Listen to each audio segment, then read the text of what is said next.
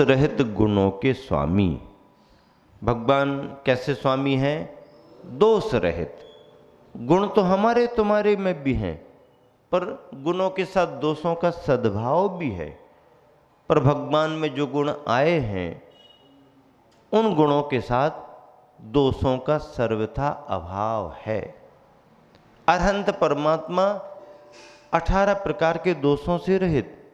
जो दोष संसारी प्राणियों में जन्म के, बुढ़ापे के, बीमारी के, मरण के, खाने संबंधी, पीने संबंधी, सोने संबंधी आदि आदि होते हैं, समस्त संसारी प्राणियों में वो दोष अरहंत परमात्मा के समाप्त हो जाते हैं। सिद्ध परमात्मा में संसार जैसे दोष नहीं है।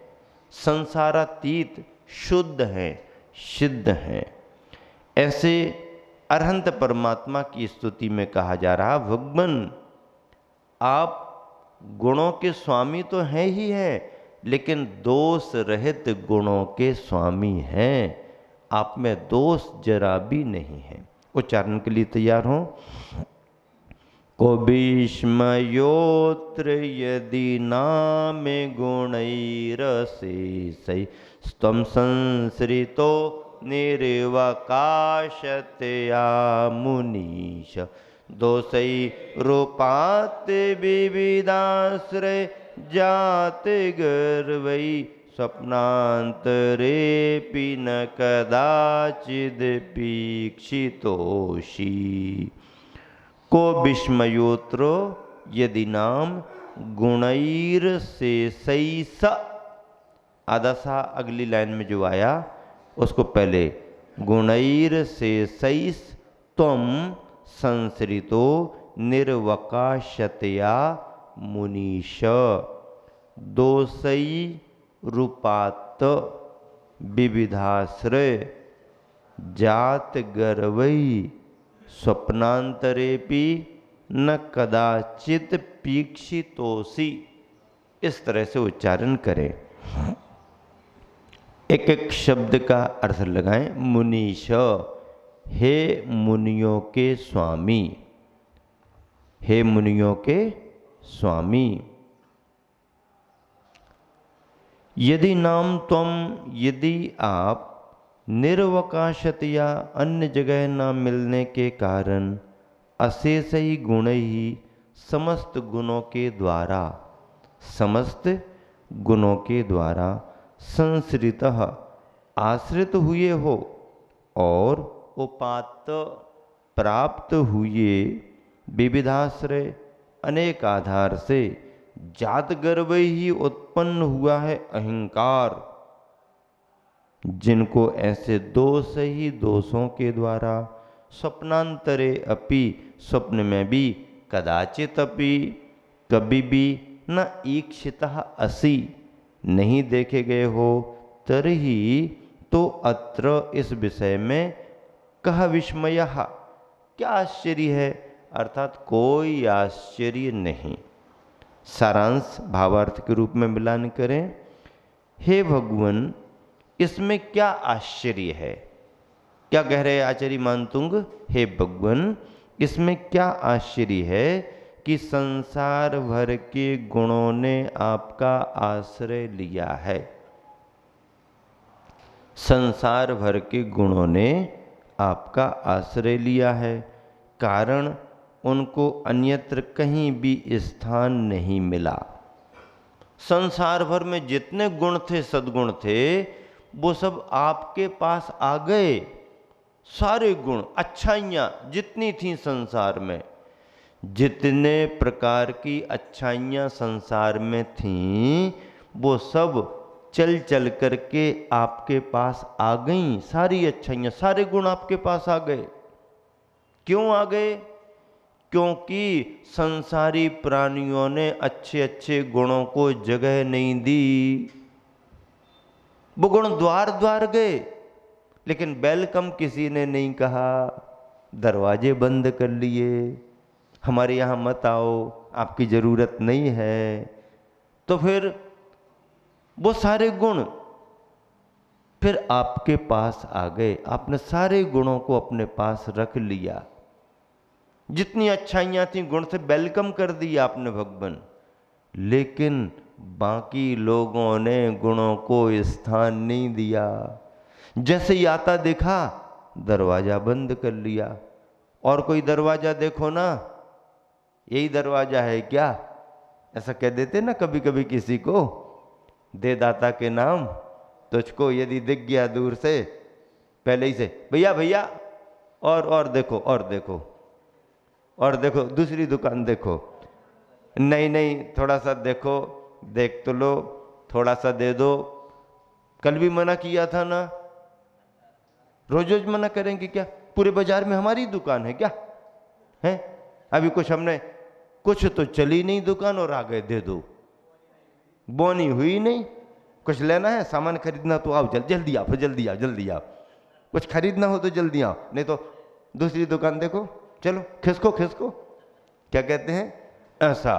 कोई जगह नहीं दी, किसी ने जगह नहीं दी, भटक रहा घूम रहा। तो ये तो संसार में भिखारी की अवस्था है। लेकिन गुण भी यदि निकल जाए, और गुण भी निकले तो उन्होंने कहा हमको रख लो हमको रख लो हमको रख लो, नहीं भैया अभी जरूरत नहीं है, और दूसरे घर चले जाओ। सत्य निकला अंदर नहीं आओ, क्षमा मार दो, अभी जरूरत थोड़ी है, अभी तो हमें गुस्सा करना पड़ेगी ना, अभी तो हमें सब कुछ दिखा।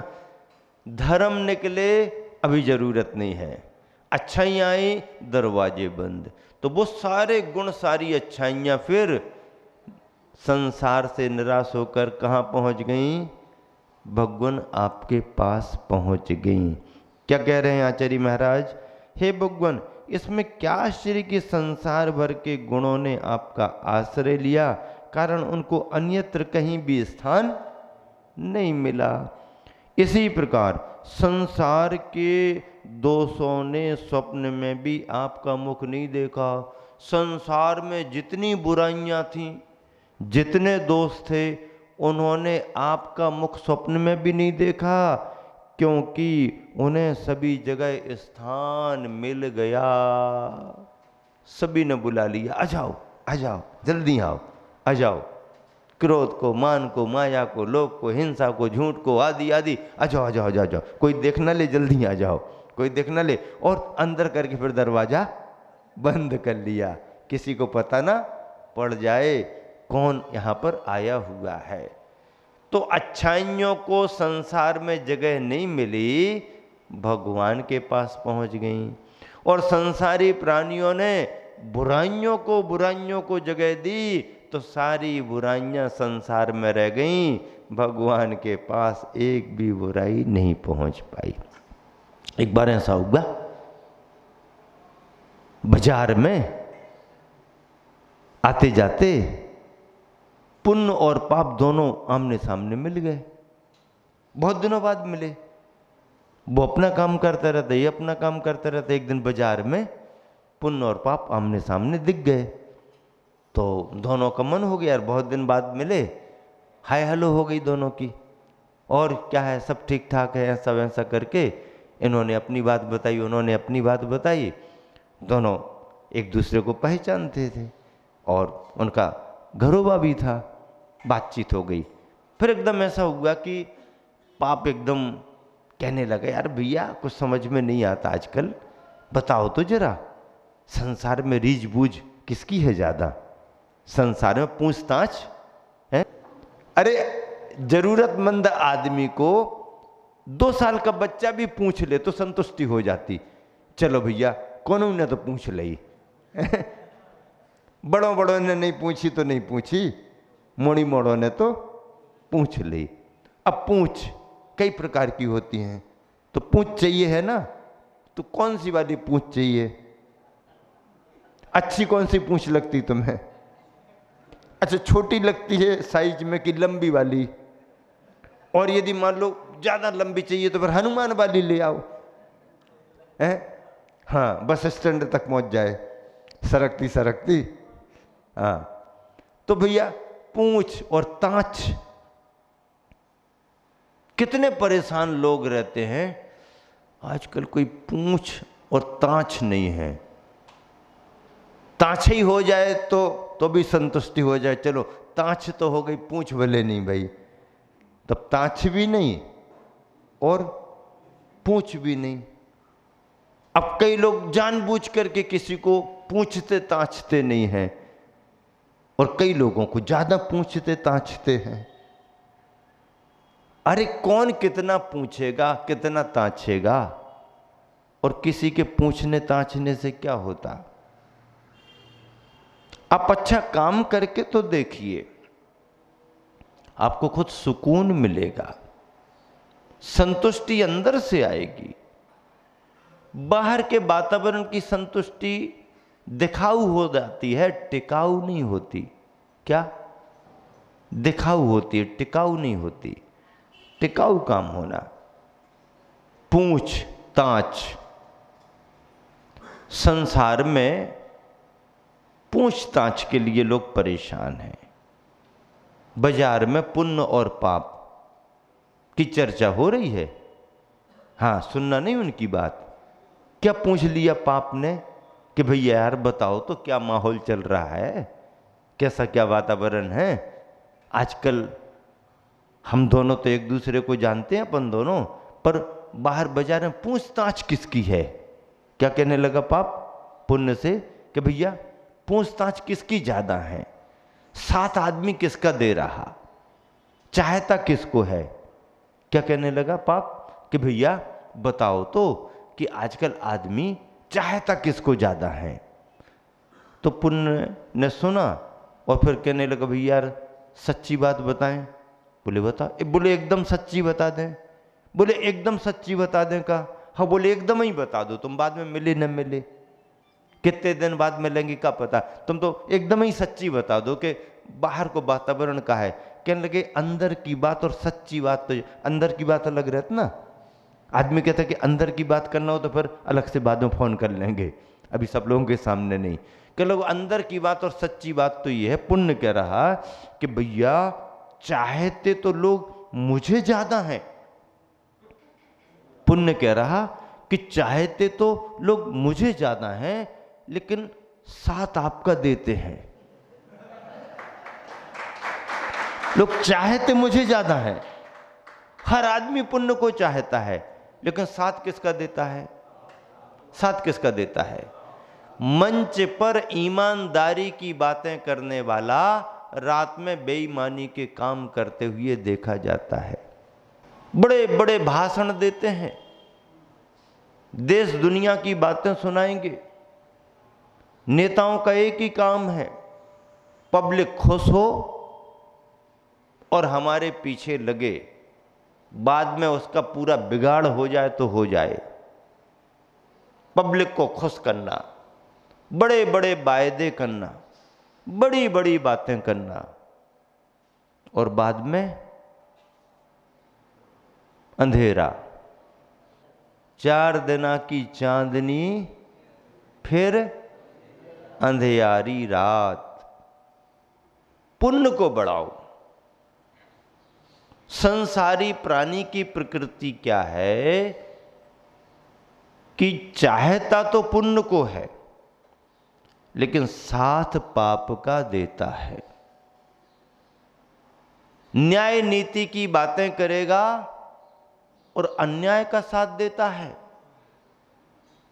समाज के प्रमुख लोग भी माहौल देख करके अन्याय के साथ खड़े हो जाते हैं। अरे भाई प्रभाव था उनका, उनके प्रभाव में थे, इसलिए जानते हुए भी सच्ची बात नहीं कह सके। तो सच्ची बात नहीं कह सके तो तुम नेतृत्व कैसे करोगे? तुम्हारे पीछे समाज कैसे लगेगी? राष्ट्र का नेतृत्व करने वाला भी यदि ऐसा करे तो उसके पीछे राष्ट्र कैसे लगेगा? धर्म का नेतृत्व करने वाला भी दोयम दर्जे का जीवन जी ले तो धर्मात्मा उसके पीछे कैसे लगेंगे? यहां तो आंख बंद करना पड़ती है। चेहरा देख करके निर्णय नहीं होता, न्याय तो आंख बंद करके होता है।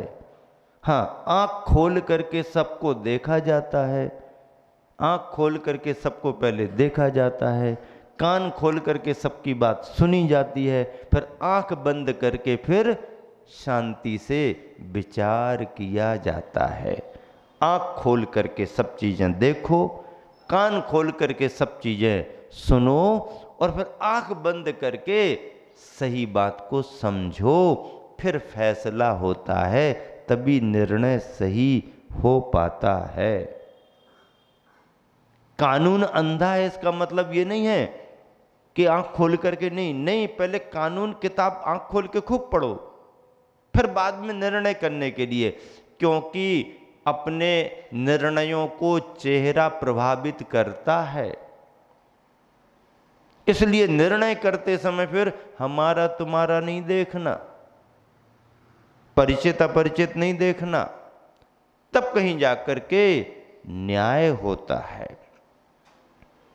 तो पुण्य ने क्या कहा पाप से कि भैया जो संसार आए बाजार में चुपचाप करो, सीक्रेट बात सुनना हो तो अलग आ जाना बाद में, अभी सबके सामने नहीं बताते हैं, अलग वाला नंबर दे देते ना लोग, भैया विशेष बात करनी हो तो अलग नंबर पर बात कर लेना।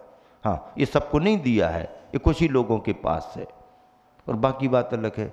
भीड़ भाड़ में यदि कोई बात करनी हो तो इशारा कर देता है, क्या करता है? अच्छा, इशारा करने के तरीके भी अलग अलग होते हैं। हाँ, वो समझ जाता है क्या कहना चाह रहे। हाँ, चेहरे के हाव भाव से वो अपनी बिना बोले पूरी बात कर लेता है, देखने में ही बात कर लेगा, जरा आंखें घुमाने ही में बात कर लेगा, हाँ करना कि मना करना, सामने वाला बैठा रहे समझ ना पाए और वो आंखों ही में कह देगा हाँ करना कि ना करना। हाँ, तो पुण्य क्या कह रहा कि संसार ऐसा है कि चाहता तो मुझे है लेकिन साथ आपका देता है।